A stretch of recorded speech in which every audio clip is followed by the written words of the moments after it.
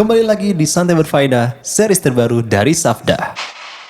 Ada satu lagi Ustadz, di mana satu orang pemuka agama juga bilang, dan ini menjadi teman-teman kita sering kenal Ustadz. Mereka bilang gini, juga tadi mungkin menyambung ucapan Ustadz tadi bahwa waktu saudara saya, mereka nyebutnya saudara, tetangga saya itu yang non Muslim, pada saat saya Idul Fitri saya diucapin selamat Idul Fitri. Masa ketika dia mengucapkan pas mereka lagi Natal, saya nggak ngucapin selamat Natal. Itu ucapan itu tidak tidak merusak akidah saya kok. Terus habis itu orang-orang bilang kalau ngucapin itu saya jadi keluar keislaman saya. Lah saya tiap sholat kan saya baca tasyahud, berarti saya masih muslim dong. Itu gimana Ustaz? Banyak kali teman-teman akhirnya menggunakan kalimat-kalimat ini. Nah itu boleh. Yang tadi bilangnya pakai dalil. Kalau ini pakai apa? Pakai segi logika. Praktis Ustaz. Iya. Gimana Ustaz? Bismillah, alhamdulillah, salatu wassalamu ala rasulillah wa ba'd. Pertama, yang tahu Anda beriman dan tak beriman siapa? Allah.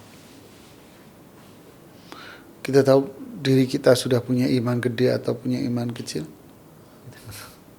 Nggak ada barometernya. Nggak tahu.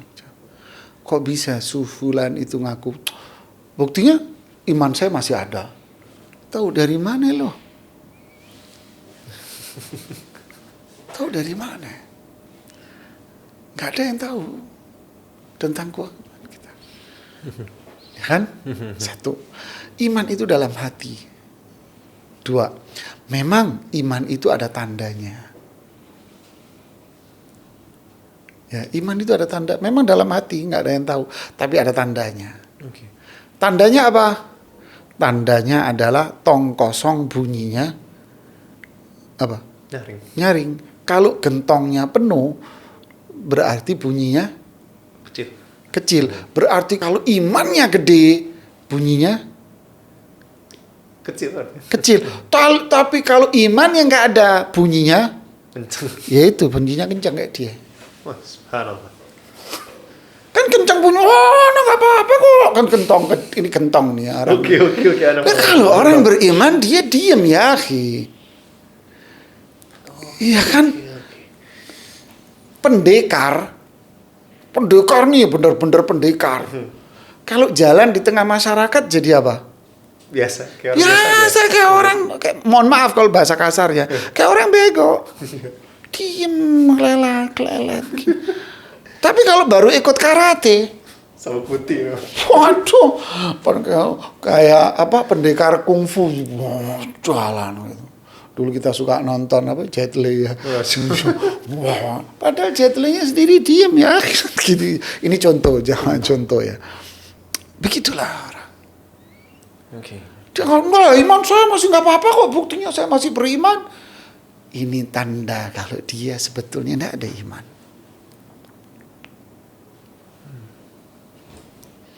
Omongannya dia itu sudah tanda kalau dia tidak ada. Kasihan. Cukup omongan dia seperti itu cukup menjadi tanda kalau iman dia sudah rusak. Ngaku-ngaku padahal iman saya nggak kenapa-napa. Harus contoh ente. Ini minuman keras. Minum. Mabuk. Lo yang mabuk, gue nggak mabuk, bego. Apakah berarti terus nggak apa-apa buat dia? Nggak, salah dong. Dia yang minum salah. Nggak, maksud saya bukan minuman kerasnya. Pengakuan dia bahwa saya nggak mabuk. Iya. Itu maksud saya. Pendalilannya itu, saya nggak mabuk. Apakah berarti itu boleh? Ada ya. Buktinya saya nggak apa-apa kok. Jadi omongan seperti itu justru menjadi bukti bahwa iman dia tidak ada. Oke. Bahaya. Yang ketiga, saya setiap hari baca syahadat. Udah tenang aja inti. Nah ini yang jadi. Ini ganas lagi ini. Apa ini? Ini ngajak perang namanya. Ini ngelawan. Nantang namanya, orang nantangan gitu. Buktinya saya setiap hari. Kalau memang bahasanya, kalau memang ini ngerusak iman, saya juga syahadat kok setiap sholat. Nah itu. Berarti kan nantang. Sama aja dong, udah ntar aja, tenang aja bro. Ntar kalau kita tobat kan diterima tobatnya. Okay. Namanya apa? Ngajak perang. Ya ngelawan namanya. Ngelawan Allah namanya ini. Keempat, tak kasih lagi jawaban. Saya kan sudah syahadat. Oke, apakah syahadat Anda itu merupakan syahadat taubat, pengakuan, tauhid kepada Allah? Hanya radio rusak asal bunyi mulutnya? Inti. Karena dia ngomong begitu ya bahasa saya bahasa Jawa Timuran. Inti ngomong syahadat yang berupa iman itu diucapkan dengan penuh iktiraf, pengakuan dalam hati.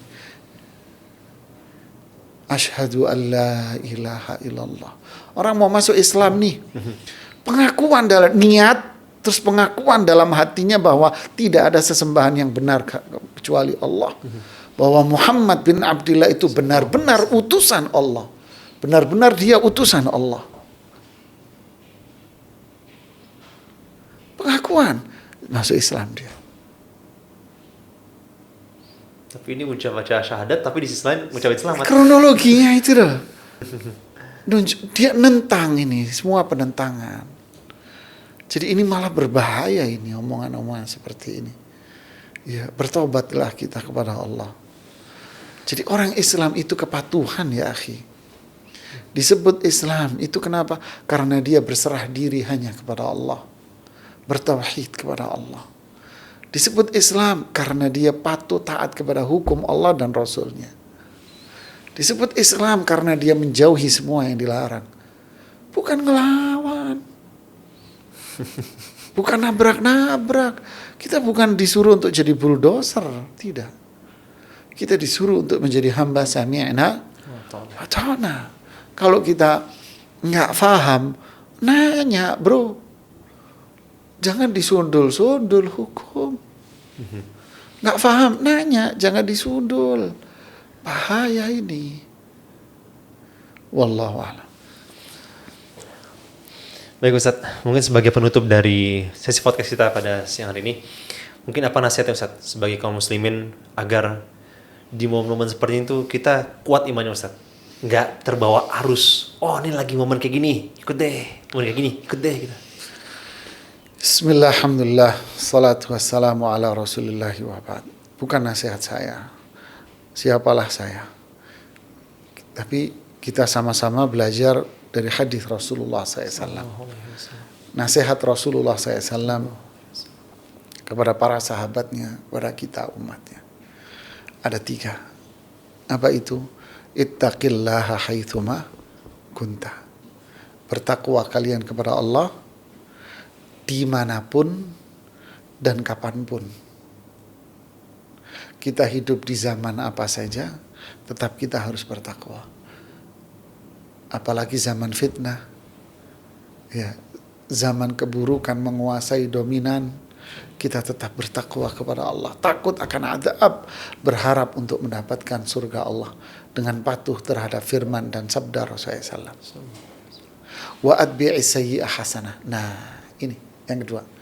Apa? Kalau kemarin kita berbuat salah, ayo bertaubat, tutupi kesalahan kita, dosa kita dengan kebaikan. Jangan disundul jamaah. Jangan jadi bulldozer. Jangan dilawan. Jangan digempur, jangan. Kesalahan jangan dilawan. Tapi kesalahan kita tutupi dengan kebaikan. Kenapa? Allah akan memuliakan kita kalau kita menutupi kesalahan kita dengan kebaikan. Innal hasanati yudhibna sayyi'at. Ya, kebaikan itu akan menutup keburukan. Ya, kebaikan akan menutup keburukan. Yang ketiga, wa khaliqin nasa bi khuluqin hasan. Berbuat baiklah dengan annas. Di sini Rasulullah mengatakan annas, manusia. Berbuat baik sama manusia. Terlepas dia orang Islam, dia orang Nasrani, berbuat baiklah sama manusia. Yang pertama adalah hubungan kita dengan Allah. Sikap kita dengan Allah. Takwa, taat, patuh. Yang kedua dengan diri kita, sayangi diri kita. Kalau kita sudah salah, sayangi diri kita dengan cara kita berbuat baik, bukan malah ngelawan. Wah, apa-apa, ngelawan namanya.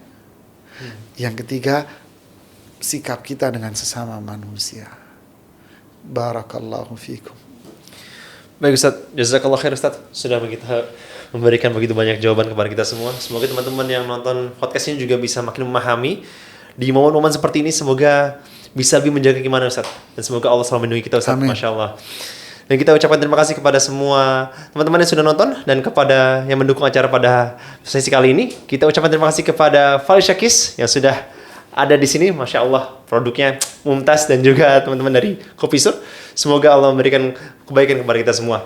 Kita tutup dengan doa kafaratul majlis. Subhanakallahumma bihamdika asyhadu alla ilaha illa anta astaghfiruka wa atubu ilaik. Sampai ketemu di podcast selanjutnya. Wassalamualaikum warahmatullahi wabarakatuh.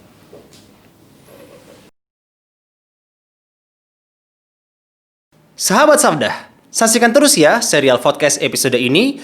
Akan ada giveaway menarik buat yang bisa menjawab pertanyaan yang kami berikan di akhir segmen ini. Caranya adalah subscribe dan follow akun di bawah ini. Dan untuk menjawab pertanyaannya, simak hingga segmen terakhir. Barakallahu fikum.